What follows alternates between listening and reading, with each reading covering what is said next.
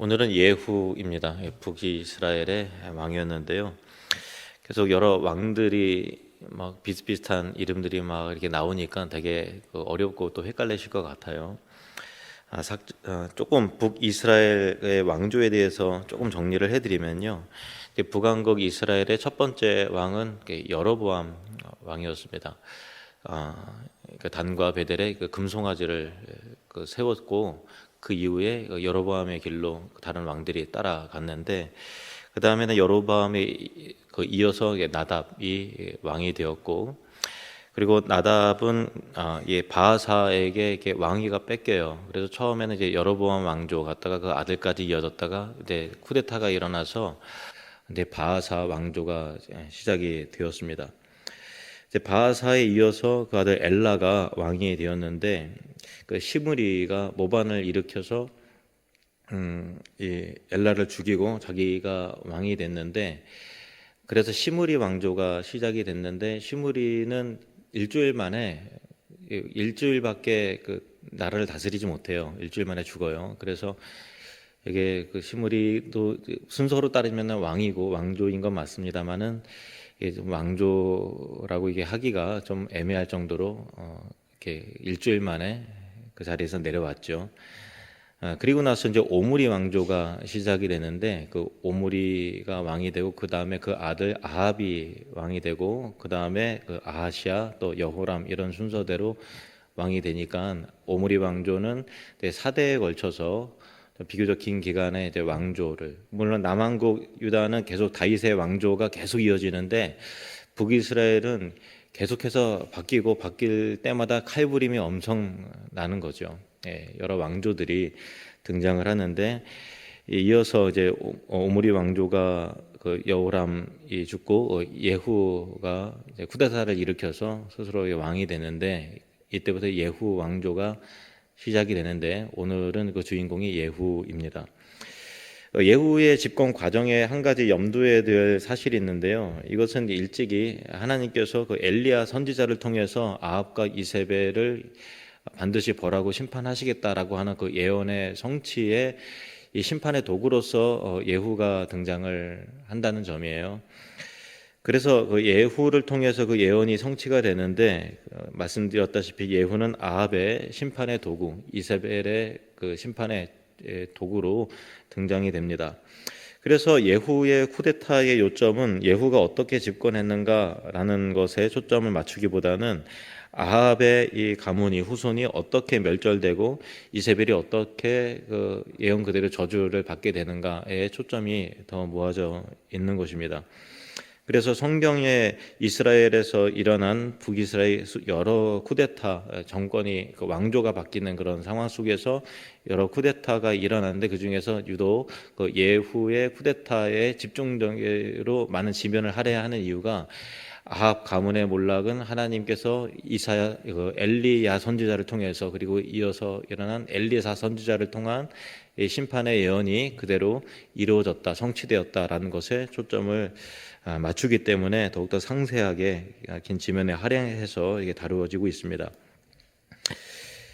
엘리사 선지자의 제자인 그 젊은 그 선지자가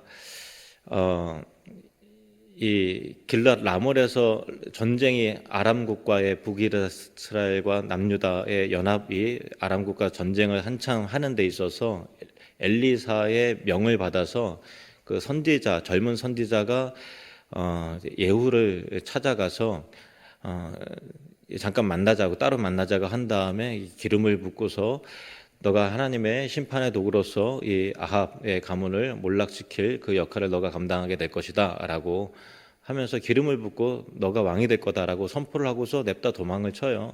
그리고 나서 다른 장수들이, 저 미치광이가 무슨 일로 왔냐 했더니, 당신들이 무슨 일로 왔는지 당신들이 저를 알 건 아냐, 우리가 어떻게 하냐, 그래서 여차저차해서 내게 기름을 부었다라고 얘기를 하니까 여러 장수들 그러면 예후가 왕이다 이렇게 돼서 그 길로 이제 병거를 돌려서 이 아람 군대와 싸우다가 이 여호람 왕이 그 이스라엘로 지금 이제 피신해 있고 치료를 받는 차에 있는데, 이 예후가 전차를 몰고서 그리로 이 쿠데타를 일으키면서 다가오고 있는 거죠. 그때 남유다 왕 아하시아도 그 여호람 왕과 같이 있었어요. 지난번에 말씀드린 바와 같이 아하시아 왕은 아달랴의 그 아들이죠. 남왕국 아하시아 왕은 아달랴의 아들이고, 아달랴는 아합과 이세벨의 딸이지 않습니까? 그러니까 이 아하시아 왕은 이제 아합의 외손주예요. 그러면은 이제 북이스라엘 여호람 왕은 아합의 둘째 아들입니다. 둘째 아들이에요. 그러니까 한 집안끼리 같이 있는 상황인 거죠. 둘 다 아합에게 속한 사람이었습니다. 아무튼 남유다의 아하시아, 북이스라엘의 여호람이 함께 있다가 예후에 의해서 같은 운명을 맞이하게 되는데, 이것은 결코 우연이 아니죠. 악한 자와의 그 동료인 자는 악한 자와 같은 운명을 맞는 것임을 하나님께서 우리에게 보여주고 계신 것입니다. 예후가 병거를 끌고 온다는 이야기를 듣고서 이제 여호람 왕이 이제 마중 나갑니다. 그래서 예후를 맞닥뜨린 곳은 나봇의 포도원이 있었던 곳이에요. 그러니까 나봇의 포도원은 아합이 욕심을 내서 그 나봇이라고 하는 선량한 사람의 그 포도원, 그 자기의 조상의 기업을 그대로 간직하려고 애를 썼던 이 나봇을 죽이고, 모함해서 죽이고 강제로 그 포도원을 자기 소유로 뺏었지 않습니까? 그 나봇의 포도원에서 하나님의 저주를 받은 곳이 나봇의 포도원이었는데, 이 아합의 가문의 몰락이 나봇의 포도원 그 자리에서부터 시작이 된다라고 하는 것이, 우리가 그 역사를 또 성경을 유심히 읽어보면 참 결코 우연이 아니구나, 하나님께서 예고하신 대로 저주를 심판하시고 선언하신 대로 그대로 되어지는 것들을 볼 때 참 그 소스라치게 놀라지 않을 수 없습니다. 이렇게 해서 예후에 의해서 여호람 북왕국 여호람 왕이 죽고, 또 남왕국 아하시아 왕이 같이 죽습니다. 예후가 여세를 몰아서 이스라엘에 있는 그 왕궁으로 들이닥치는데, 멀찍이서 지금 이제 예후가 쳐들어오고 있다라는 이야기를 듣고서 이세벨이 창문으로 내다보다가 예후가 오는 것을 보고서 눈을 그리고 화장을 하고 또 머리를 꾸미면서 창을 바라보고 있습니다. 자신의 최후가 다가왔는데도 전혀 동요하지 않고 여유를 부리는 그 모습이, 예후를 보면서 주인을 죽인 너 시므리여 평안하냐? 시므리는 이제 그 전에 시므리 그 쿠데타를 일으켰다가 금방 죽고 만 그 사람의 이름을 인용해서 그렇게 하는 거죠. 근데 전혀 동요하지 않고 여유를 부리고 세단장을 하고 눈을 그리고 머리를 또 빗고 하는 그런 모습을 보면 한날의 운명을 틀어줬던 여걸다운 아주 배짱 있는 면모를 보는 것으로 생각될 수도 있지만, 좀 더 깊게 생각할 중요한 메시지가 있습니다. 무엇인가 하면 이 세상 풍조가 그렇다는 거예요. 뭐냐면 목숨이 남아있는 모든 순간을 자기 자신에게 집중해서 살아간다라는 거예요. 죽을 날이 얼마 남지 않았음에도 불구하고 개의치 않고 자기 자신을 꾸미면서 살아가는 거죠. 얼마 남지도 않은 안개와 같은 삶을 살면서도 닥친 운명을 모르는 척 외면하면서 다가올 심판이 임박했음에도 불구하고 여유로운 척, 자기와는 관계가 없는 척 그렇게 산다라는 것입니다. 자기 욕심과 허영에 취해 살아가는 이 이세벨의 아주 좀 악한 모습은 하나님을 알지 못하는 세속인의 전형적인 모습이라 할 수 있을 것입니다. 예후가 그 모습을 보고 이 성 아래에서 그 고함을 칩니다. 누구든지 내 편이 되는 자는 그를 창밖으로 내던져라. 두세 명의 내시가 그 고개를 내밀고 있다가 이 예후의 말을 듣고는 이세벨을 그 창밖으로 던져버렸어요. 그래서 다 온몸이 터져 죽게 됐고 하는 것이 이세벨의 종말이었는데, 내시들은 지금까지 그 이세벨을 가장 가까이에서 섬긴 사람들이잖아요. 근데 예후가 누구든지 내 말이 들리거든 그를 던지라고 했을 때 그렇게 바로 그냥 마음이 싹 바뀌어갖고 이세벨을 창밖으로 던진 사람이 그를 섬겼던 사람들이었다라는 것입니다.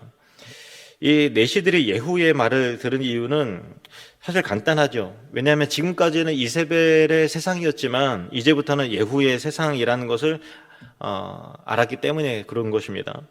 잘 몰랐을 때는 세상 편을 들었을지 모르지만 세상의 종말이 오고 하나님의 심판이 다가올 때는 사실은 그때라도 정신을 차려서 하나님 편에 서야 한다라는 것입니다. 하나님의 나라가 도래한다는 것을 알면서도 세상의 눈치를 보며 세상의 죄와 향락의 노예처럼 아직도 무서워서 질질 끌려다니는 것을 예후의 시대가 시작되는 것을 알면서도 이세벨을 편드는 것만큼 어리석은 일을 할 수 있을 것입니다. 이때 예후의 말발굽에 질밥힌 이세벨의 시신은 들깨들에 의해서 다 찍히고 뜯어먹혀 버렸어요. 그래서 나중에 이세벨의 시신을 이제 모아서 장사를 하려고 했는데 모은 조각들은 두 골, 그리고 이 발바닥, 손바닥 이렇게만 남고 다 뜯어먹혀 버렸어요. 그러니까 죽을 때 죽을 때만 비참하게 떨어져 죽은 것이 아니라 죽은 다음에도 끔찍한 꼴을 당하는 것입니다. 하나님의 저주가 철저하게 이루어진 것이죠. 그 두 골과 발과 손바닥 외에는 아무것도 찾지 못했다 하는 것입니다.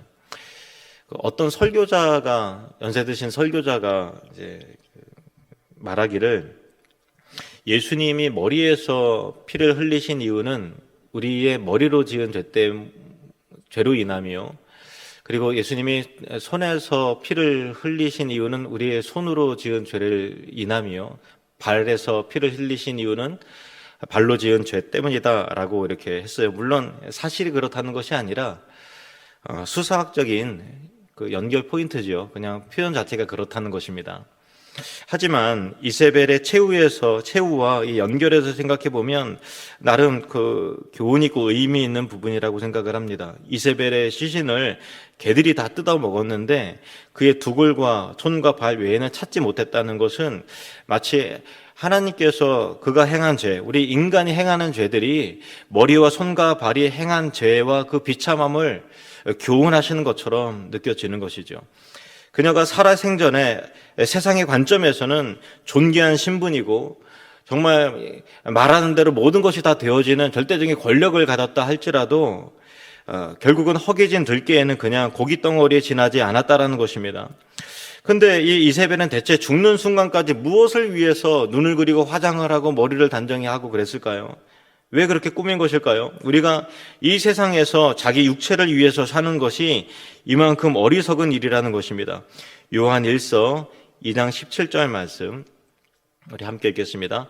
이 세상도 그 정욕도 지나가되 오직 하나님의 뜻을 행하는 자는 영원히 거하느니라.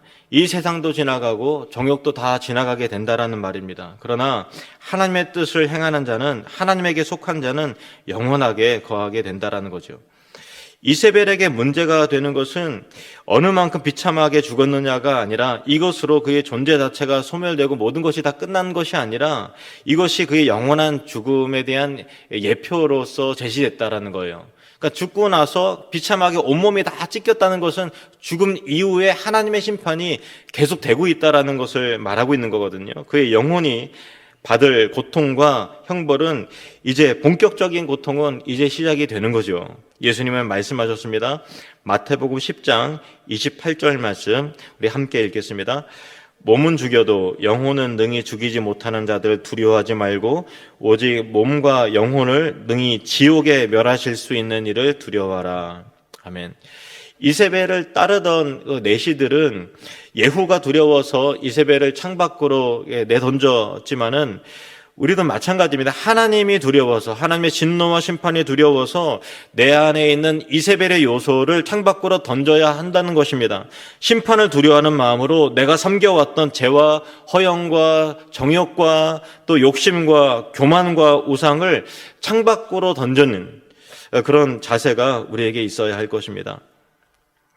예후가 그 다음에 착수한 일은 아합의 아들 그 70명을 다 죽여버리는 거였어요. 그런데 자기의 손에 피를 묻히지 않고 그를 어려서부터 교육하고 또 가르쳤던 사람들에게 편지를 보내서 이제 상황이 이렇게 됐으니 너희가 제일 그래도 왕 될 만한 사람을 세워서 우리와 한판 붙자라고 하니까 상황이 자기들이 이길 만한 상황이 아니잖아요. 그래서 우리는 예후 당신 편입니다. 그래서 예후가 다시 편지를 보냅니다. 그러면 내가 너희들이 해야 될 길을 알려주겠다 하면서 그 너희들이 기르고 교육했던 이 아합의 70명의 자녀들을 머리를 다 잘라서 내게 갖고 와라. 그래서 자기 스승들이, 다 어려서부터 키웠던 스승들이, 교육했던 사람들이 다 자기 이 아합의 아들들을 머리를 다 잘라서 가지고 왔어요. 아주 비참한 심판이 아합의 가문 가운데 이루어졌다라는 것입니다. 그리고 아합은 평소에 자기의 가까운 사람들, 중요 요직에 다 앉혔거든요. 그러니까 뭐 정치, 경제, 사회 곳곳에 아합과 친밀했던 사람들은 적재적소에 막 다 이렇게 세력을 확장을 시켰어요. 그런데 예후가 그들 모두를 생존자 한 사람 남김없이 다 죽여버립니다. 아합과 관련됐다면 다 죽여버려요. 철저한 응징과 심판이 이루어지는 거죠. 그리고 길을 가다가 남유다 아하시아와 가까운 이 사람들이 지나가고 있었는데 42명의 사람들이었습니다. 당신은 뭐냐? 일단 우리는 아하시아의 형제들이다. 친형제가 아니라 이제 가까운 사람들이라는 거죠. 근데 아하시아는 아합의 친족이잖아요. 손자잖아요. 그래서 그 사람들도 다 죽여버려요. 그리고 이어서 착수한 일은 바알 선지자들을 처단하는 일이었는데 이 일을 위해서 한 가지 계교를 썼습니다. 아합은 바알을 많이 섬겼지만은 나는 그보다 훨씬 더 많이 섬길 거다. 그러면서 바알의 큰 선지자들의 큰 집회를 열 것이다 라고 하면서, 근데 빠짐없이 다 모여라. 혹시 관련됐음에도 불구하고 안 나타난 자는 내가 다 죽여버리겠다. 그래서 바알 선지자의 큰 잔치처럼 그거를 다 열게 한 다음에 바알의 신전에다가 다 모아놓고서 다 몰살을 시켜버립니다. 바알의 선지자들을. 그리고 바알의 목상들을 불사르고 바알의 당을 회파해서 변소로 만들어 버렸어요.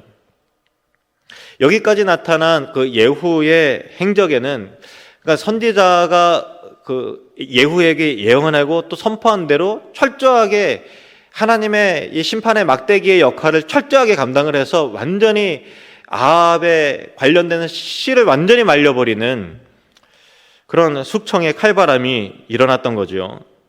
지금까지 예후의 행적에는 통쾌함이 있고 또 죄를 벌하시는 하나님의 어미로움과 무서움이 나타나기 때문에 박수를 쳐주고 싶은 마음도 있습니다만은, 그런데 아합을 진멸했을 뿐만 아니라 바알까지 몰아내므로 하나님의 도구로 쓰임받은 사람다운 면모를 제대로 보여준 측면이 있습니다. 열왕기하 10장 17절 말씀, 이것이 하나님의 예언대로 명하신 대로 되었다라는 거예요. 사마리아에 이르러 거기 남아있는 바 아합에게 속한 자들을 죽여 진멸하였으니 여호와께서 엘리야에게 이르신 말씀과 같이 되었더라. 또 열왕기하 10장 30절 말씀, 여호와께서 예후에게 이르시되 내가 나보기에 정직한 일을 행하되 잘 행하여 내 마음에 있는 대로 아합의 집에 다 행하였은즉 네 자손이 이스라엘 왕위를 이어 4대를 지내리라 하시니라. 이게 칭찬하시고 하나님께서 상을 주시는 거예요. 그런데 다음이 문제였다라는 것입니다. 열왕기하 10장 31절 말씀, 이거는 같이 읽을까요? 시작. 그러나 예후가 전심으로 이스라엘 하나님 여호와의 율법을 지켜 행하지 아니하며 여로보암이 이스라엘에게 범하게 한 그 죄에서 떠나지 아니하였더라. 여로보암의 이 죄에서 떠나지 않았다는 것은 뭘 의미하는 걸까요? 뭘 말하는 걸까요? 그죠? 그 단과 베델의 금송아지를 만드는 그 송아지를 섬기는 죄에서 떠나지 않았다는 거예요. 우리 생각에는 좀 이상하잖아요. 아니 그 바알의 그 신전까지 다 변소로 만들어 버리고 또 다 회파해 버리고 바알의 선지자 다 죽여 버리고 그렇게 철저하게 우상을 완전히 그렇게 멸했다면 그것을 그치지 말고 이왕이면 단과 베델에 있는 금송아까지도 같이 다 이렇게 무너뜨렸으면 훨씬 더 좋았을 텐데 그 왜 하다가 말지? 뭐 그런 마음이 좀 들지 않습니까? 왜냐면은 그게 더 쉬운 일이잖아요. 금송아지를 쓰러뜨리는 것이 훨씬 더 쉬운 일이라는 말이에요. 이해가 되질 않죠. 그렇게 하지 않았다는 것입니다. 그러니까 우리가 보기에는 바알이나 금송아지가 둘 다 우상이지만 잘 보세요. 예후에게는 같은 우상이 아니었던 거예요. 좀 설명을 좀 드릴게요. 이스라엘에게 있어서 바알 종교를 본격적으로 유포시킨 사람은 이세벨이었습니다. 이세벨은 이방 사람이고 엣 바알이라는 그 바알의 자기 아버지가 왕이었는데 왕 되기 전에 바알 신을 섬기는 제사장이었거든요. 그래서 그 바알 신을 수입해다가 이스라엘에게 오고 또 자기의 딸을 시집 보내서 남유다까지 퍼뜨렸던 장본인이 이세벨인 거죠. 그러니까 바알 종교는 아합 정권의 상징과 같았던 거예요. 그래서 예후는 그들이 섬기는 거짓 신 때문에 이스라엘이 하나님에게서 멀어지기 때문에 마음 아파하면서 바알을 없앤 것이 아니라 아합과 이세벨의 흔적을 완전히 지우기 위해서 바알의 신전을 다 없애고 관련된 사람들 다 죽여버린 거예요. 그런데 금송아지 우상은 예후의 입장에서 볼 때는 그거는 분리할 게 없었어요. 왜냐하면 애초에 북이스라엘의 첫 번째 왕이 여로보암이 단과 베델의 금송아지를 섬긴 이유는 절기 때마다 이스라엘 백성들은 예루살렘에 가서 하나님께 예배하고 제사를 해야 되는데 너희들 갈 필요 없다. 여기 더 좋은 게 있다. 그래서 단과 베델의 금송아지를 만들어 놓고 이것이 우리의 하나님이고 여호와다라고 하면서 이 앞에서 절하게 하고 예루살렘에 가지 못하도록 남유다와의 그 길을 완전히 차단시키는 목적으로 이 금송아지를 만든 거잖아요. 정치적인 목적인 거죠. 백성들을 하나로 결집시키고 예루살렘으로 하나님으로 마음을 쏟지 못하게 하고 자기의 왕권을 그렇게 자기 중심으로 만들기 위한 정치 기반을 위해서 그렇게 만들어 놓은 거예요. 예후도 마찬가지였다라는 거예요. 그것을 그대로 보존하고 했을 때 자기의 정치 기반이 더 마련이 되는 거죠. 북이스라엘 백성들이 하나님을 예배하기 위해서 예루살렘으로 향할 필요가 없는 거죠. 그것을 없앴다가는 그들이 마음이 이곳에 떠나면 어떡하지? 남유다를 향해 그들이 이사해 나가면 어떡하지? 그러면 내 힘이 약화될 건지 되지 않을까라고 하는 염려가 있었기 때문에 그대로 단과 베델의 금송아지를 내버려 두는 것이 자기 정치에 더 유리했다라는 것입니다. 그래서 예후는 이스라엘을 하나님의 뜻대로 다스리는 것은 별로 관심이 없었어요.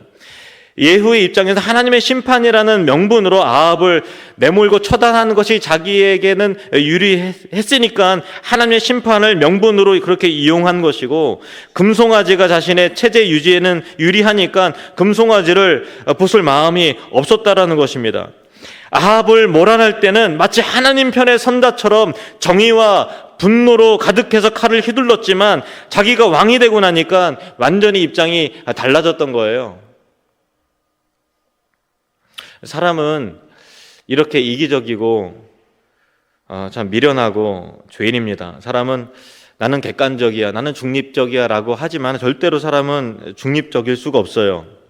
객관적이지 않습니다. 다른 사람의 잘못은 곧잘 지적하면서도 자기 잘못에 대해서는 둔감하기 이를 데 없죠.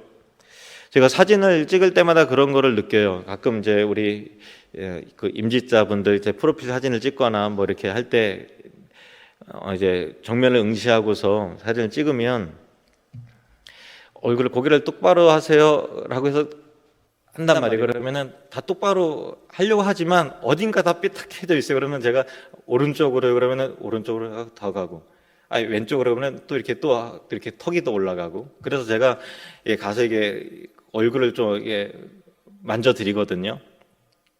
그리고 한 장 찍고 하면 또 바뀌어져 있어요. 그럼 또 가서 또 이게 만져드려야 돼요. 일부러 삐딱하게 하지는 않을 거예요. 나는 똑바로 하려고 노력을 하지만 그래도 삐딱해지는 거예요. 내 생각에는 바로 되어 있는 것 같은데, 내 생각에는 이렇게 돼야 똑바른 것 같은데 사진사가 보기에는 안 그런 거죠. 저도 이제 사진을 찍으면서 다른 사람의 얼굴을 돌려주긴 하지만, 저도 이게 사진을 찍을 때 다들 똑바로 해야지 하지만 저도 마찬가지로 더 삐딱하게 돼 있어요. 제 얼굴도 똑바로 하지 못한다라는 거예요. 정작 제 자신도. 이것이 사람인 것이죠. 다른 사람의 머리가 삐뚤어진 것은 알면서도 자기 머리통은 제대로 간수하지 못하는 것입니다. 예후 역시 그런 사람이었던 거예요. 반역을 도모하며 칼을 빼들었을 때는 마치 하나님께 붙잡힌 사람인 양 포효했으면서도 자기도 권력에 앉아보니까 어떻게 이 권력을, 권세를 오랫동안 유지할 수 있을까? 무엇이 내게 유리할까? 골몰하더라는 거예요. 하나님 뜻 찾지 않는다는 거예요. 내가 유리할 때는 하나님을 써먹었는데 내가 어느 정도 궤도에 올라가고 힘을 잡았을 때는 하나님 필요 없다라는 거죠. 그러면서 하나님께서 미워하시는 죄 속에서 안주하는 것입니다. 예후는 어쩌면 자기가 뭘 잘못하는지도 감각하지 못했을 것입니다. 그의 마음속에는 아합과 관련된 사람들은 죽어 마땅한 사람들로 각인되어 있고, 내가 그래도 잘한 것은 아합의 심판자가 되어 다 몰살시킨 것이 하나님 앞에서 정말 잘한 거지라고 뿌듯해할지 모르겠지만 정작 자기 자신도 아합과 유사하게 닮아가고 있더라는 거예요. 아합의 길로 행해 가고 있더라는 것입니다. 그래서 성경은 모든 사람이 다 죄인이라고 말하고 있고 모든 사람이 다 치우쳤다고 성경 그렇게 말하고 있는 거예요. 로마서 3장 9절에서 12절 말씀 우리 같이 읽겠습니다. 시작. 그러면 어떠하냐? 우리는 나으냐? 결코 아니라 유대인이나 헬라인이나 다 죄 아래에 있다고 우리가 이미 선언하였느니라. 기록된 바 의인은 없나니 하나도 없으며 깨닫는 자도 없고 하나님을 찾는 자도 없고 다 치우쳐 함께 무익하게 되고 선을 행하는 자는 없나니 하나도 없도다. 다 치우쳤다라는 거예요. 나는 똑바로 해야지. 나는 공정해야지. 나는 정의로워야지. 나는 형평성에 맞게 해야지. 나는 중립을 지켜야지. 나는 객관성을 떼어야지. 하지만 결국은 다 치우쳐서 쓸모없게 된다는 거죠. 무익하게 되고 선을 행하는 자는 없나니 하나도 없도다. 예후의 모습 가운데 우리 자신의 모습이 있습니다. 제 자신의 모습도 있고.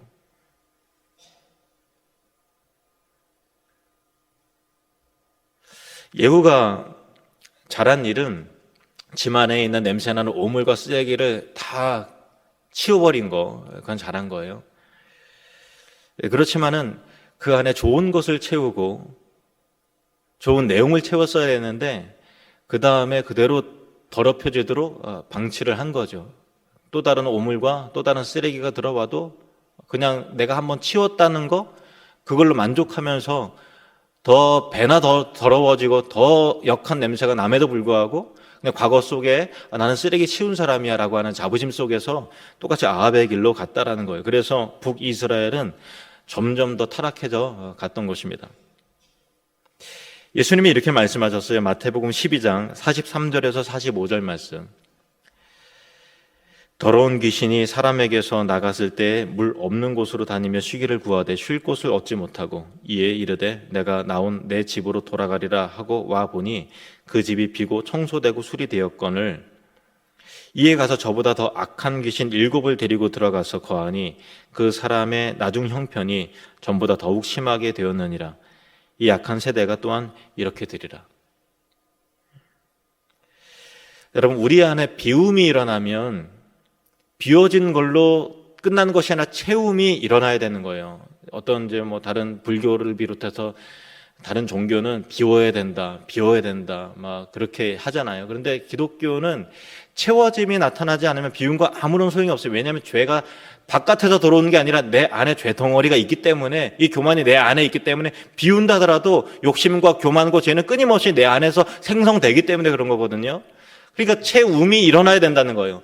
비움의 역사 뒤에 채움의 역사가 반드시 나타나야 되는 것입니다. 성령의 채워짐이. 그래서 성령 충만함을 받으라 이렇게 말씀하고 있지 않습니까? 그리고 말씀의 채워짐의 역사가 일어나야 된다는 거예요. 내 안에 죄가 청소되고 비워지기만 하면 다 끝나는 것이 아니라 또 죄가 가득 차는 우리 연약함을 우리가 인정하고 그래서 성령 충만함을 받고 성령이 하나님의 말씀이 거룩한 갈망이 하나님의 나라의 비전이 내 안에 가득 차야 한다는 것입니다. 말씀이 내 안에 가득 차야 하는 것입니다. 그래야 우리는 거룩한 꿈을 꾸고 앞으로 나아가게 되는 것입니다. 그래서 하나님은 우리에게 성령 충만함을 받으라 이렇게 말씀하고 계십니다. 예후의 실수 다 비우고 청소했어요. 근데 그것까지였어요. 새로운 말씀으로 채우고 거룩한 영에 붙들려서 하나님의 의를 쫓아가는 체험이 없었기 때문에 그는 비어있는 상황 속에서 더 악한 것들이 들어오고 더 냄새나는 것들이 더 들어왔다라고 하는 비극적인 그 발자취를, 아합의 발자취를, 우리가 예후의 발자취를 쫓아가지 말고 늘 성령 안에서 충만하게 거하며, 우리도 자칫 잘못하면 예후와 같이 뭔가 한 시기에는 뭔가 거룩한 손에 붙들려서 뭔가 쓰임 받는 듯, 이렇게 뭔가 붙들린 듯 하나님의 도구로서 그렇게 쓰임을 받았다 할지라도 그것뿐이고 그 다음부터는 여전히 죄 가운데서 뒹굴고 있는, 균형을 잃어버리고 치우쳐버리는 그런 연약한 모습이 나에게는 없는가 돌이켜보면서 이 말씀을 우리가 상고하길 원합니다.